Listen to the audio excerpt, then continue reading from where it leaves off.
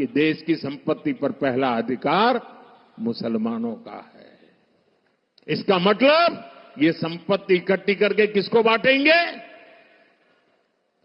जिनके ज्यादा बच्चे हैं उनको बांटेंगे।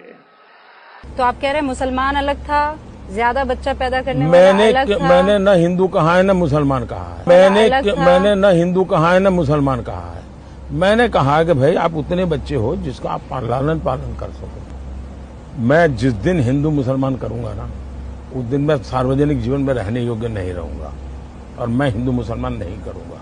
ये मेरा संकल्प है। अब आप केवल 10 सेकंड के लिए अपनी आंखें बंद कीजिए और सोचिए, क्या ये वही व्यक्ति हैं जिनको आप तीसरी बार प्रधानमंत्री देखना चाहते हैं? क्या वास्तव में अब भी आपको इनकी आंखों में सच्चाई नजर आती है, इनकी बातों में सच्चाई नजर आती है?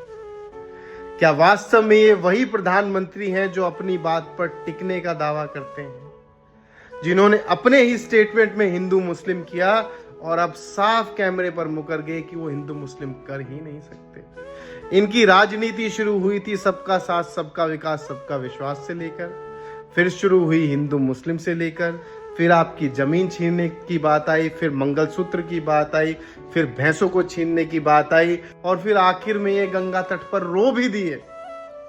और उसके बाद इस इंटरव्यू में ये कह रहे हैं कि इन्होंने आज तक हिंदू मुस्लिम नहीं किया।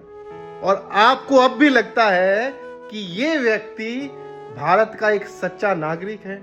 सच्चाई ये है कि इनकी स्पीच से हिंदू मुस्लिम मंदिर मस्जिद पाकिस्तान जैसे 5-6 शब्द हटा दिए जाए तो ये स्पीच दे ही नहीं सकते।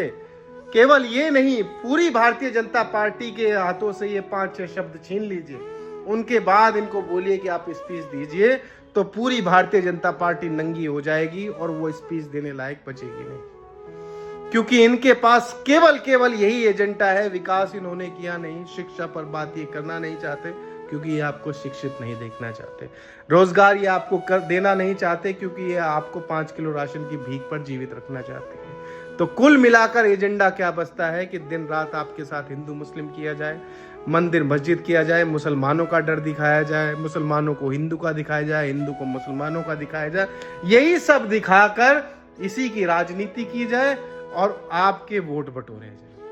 वरना आप खुद सोचिए, जो प्रधानमंत्री हफ्ते भर पहले तक मुसलमानों को लेकर टिप्पणी कर रहे थे, मुसलमान के ज्यादा बच्चे होते हैं, मुसलमानों को आपकी प्रॉपर्टी छीन कर ले जाएंगे, आपका मंगलसूत्र छीन लेंगे, तमाम इस तरह की बातें बोल रहे थे, आज वो अचानक मुकर गए कि मैं कर ही नहीं सकता, मैं हिंदू मुस्लिम का इस्तेमाल ही नहीं करता।